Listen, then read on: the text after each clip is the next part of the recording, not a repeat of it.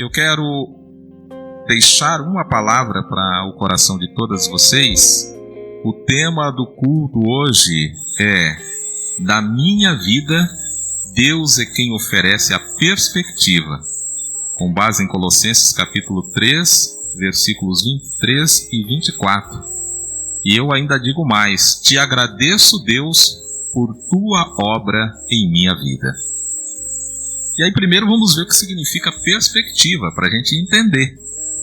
Perspectiva, a que me refiro neste culto, é tudo o que se consegue ver ao longe, aquilo que os olhos alcançam desde um certo lugar, aquilo que diz respeito a panorama, sensação de esperança ou sensação esperançosa, expectativa de coisa boa, aquilo que se percebe externamente, aquilo que é aparente, que é visual. Por exemplo, a Shirley, com esses lindos cabelos, ela está com uma boa perspectiva. Então, a perspectiva, a coisa boa, a esperança, aquele visual maravilhoso na minha vida é Deus. Ele é a minha perspectiva. Colossenses capítulo 3, versículos 23 e 24. O que vocês fizerem, façam de todo o coração, como se estivessem servindo o Senhor e não as pessoas. Lembrem que o Senhor lhes dará como recompensa aquilo que Ele tem guardado para o seu povo, pois o verdadeiro Senhor que vocês servem é Jesus Cristo. Então nós não servimos a igreja, nós não servimos o irmão, nós não servimos instituições. Quando a gente corre e fica como eu estou agora, quase que morto, porque nós corremos para fazer uma atividade ontem, aquela correria, outro culto hoje, atende um aqui, atende outro ali, não é porque a gente quer se aparecer, a gente quer se exibir. Quando nós fazemos todo um esforço para ter esse áudio maravilhoso, não é? Tocar bonito, cantar afinado, ensaiar bastante, não é para se exibir, é porque tudo o que nós fazemos, ainda que não seja um canto, um louvor, um culto, é para a adoração do Senhor nosso Deus.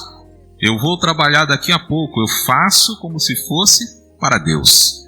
Estou dirigindo o carro, eu dirijo como se fosse para Deus. Por isso a perspectiva da minha vida é sempre Deus. E aí eu quero falar um pouco sobre a minha vida e dessa perspectiva. E quero que você preste atenção, porque eu não quero delongar, então eu vou meio direto. Então, no dia 3 de julho de 1969, Deus me agraciou com o dom da vida através da minha mãe, que aqui está. Desde criança, identifico a sua voz, a voz de Deus, pelas diversas maneiras que nos comunicamos, eu e Ele. Me lembro que em 1978, com 8 anos de idade, irmã Francisca, eu tive a primeira experiência com os mistérios da fé por meio das composições de músicas do Padre Zezinho.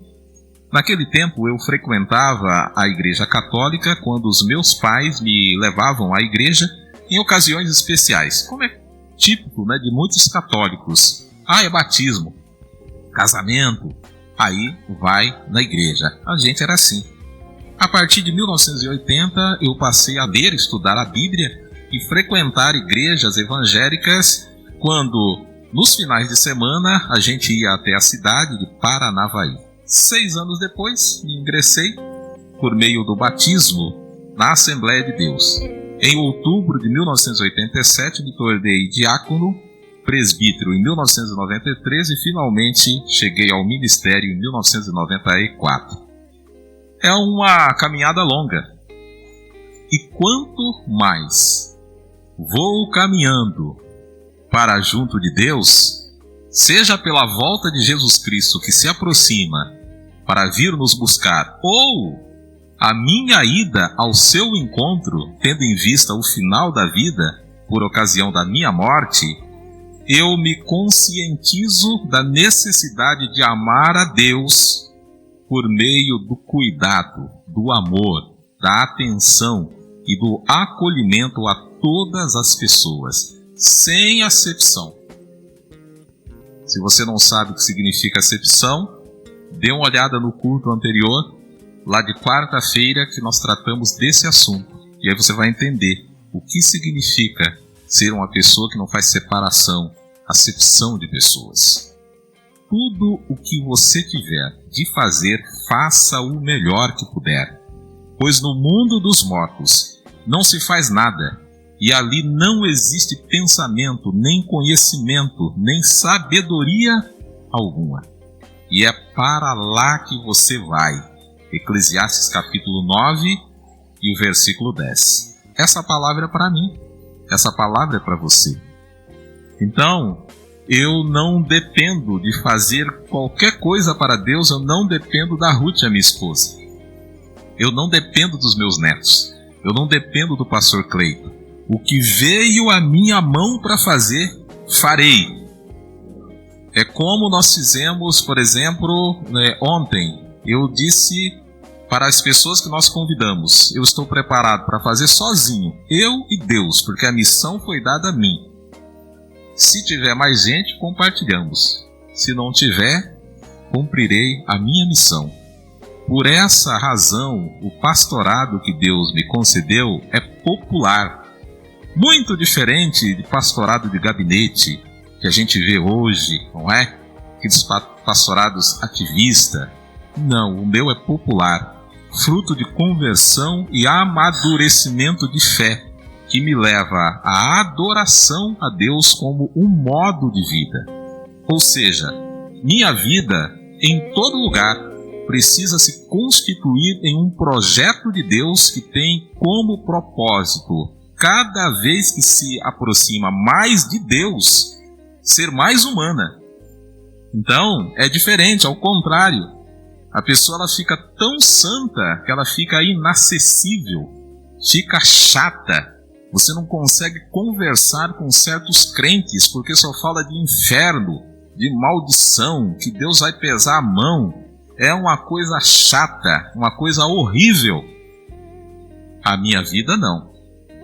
Quanto mais eu aproximo de Deus, mais humano eu fico, mais manso eu fico, mais humilde, mais simples eu fico. Eu preciso ser uma pessoa simples, popular, de fácil trato. É difícil você ter uma pessoa que é difícil tratar, não é? Aquela dificuldade, aquele problema, é complicado você conversar, trabalhar com a pessoa. Então eu preciso ser de fácil trato, de Deus para Deus, do povo para o povo, sendo de Deus, mas como Jesus. Nunca me permitir descolar das pessoas pobres, nunca me deixar encantar com o canto da sereia, do amor ao dinheiro. Cada vez eu preciso aprender de Deus, mas preferir a ouvir o som popular de gente nas ruas, nas praças e nas humildes residências. Por isso eu me senti uma bênção na praça ontem, não é? Ouvindo as pessoas, enfim, conversando com as pessoas. O que eu tenho a dizer para Deus? Te agradeço, Deus, por tua obra em minha vida. Ontem realizamos na Praça Noboru Yamamoto, em frente à Prefeitura Municipal de Nova Esperança, Paraná, Brasil. E a gente fez com transmissão ao vivo em nossas redes sociais, possibilitando que pessoas de todo o planeta acompanhassem, tendo em vista o Dia Mundial da Marcha para Jesus, um momento de anunciação de Jesus e seu Evangelho, com músicas, palavras e orações. Todas nós temos muitas tarefas no nosso dia a dia.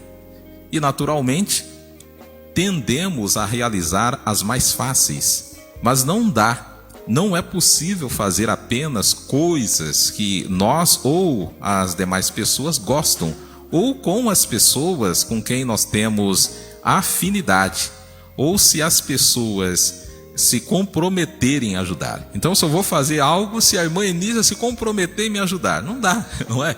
Porque tem coisa que ela consegue fazer e tem coisa que ela não vai conseguir, não é verdade? Então, no trabalho, na escola, na vizinhança, no meio onde vivemos, aparecem diante de nós desafios, dificuldades, obstáculos, missões que são cansativas ou que, aos nossos olhos deste mundo físico, parecem que não nos acrescentam nada. Quantas atividades a gente faz, né, irmã Francisca? Que vão dizer assim, você é bobo, você está perdendo tempo, larga de ser besta, está perdendo a sua vida, não é assim? Mas, quando se ouve a voz de Deus, passamos a enxergar, ver as coisas com a lente da fé. Isso que é bom, que é maravilhoso. Eu agradeço a Deus pela obra que Ele tem realizado em minha vida, por não me desamparar, por direcionar a minha vida por caminhos bons, por não me deixar desanimar, porque os motivos são enormes, por não me deixar olhar e esperar que as pessoas veem e reconheçam o meu esforço e valorizem o meu trabalho, mas ouvir e obedecer à voz de Deus, entender que é Ele, Deus, quem vê e recompensará as vidas que promovem atividades como a que fizemos ontem naquela praça. Depois de um domingo ocupado pelos cuidados às pessoas, a segunda-feira seria um momento de descanso para a minha vida, pois eu trabalho no período noturno, então eu preciso descansar durante o dia. Isso, estou falando da segunda-feira passada.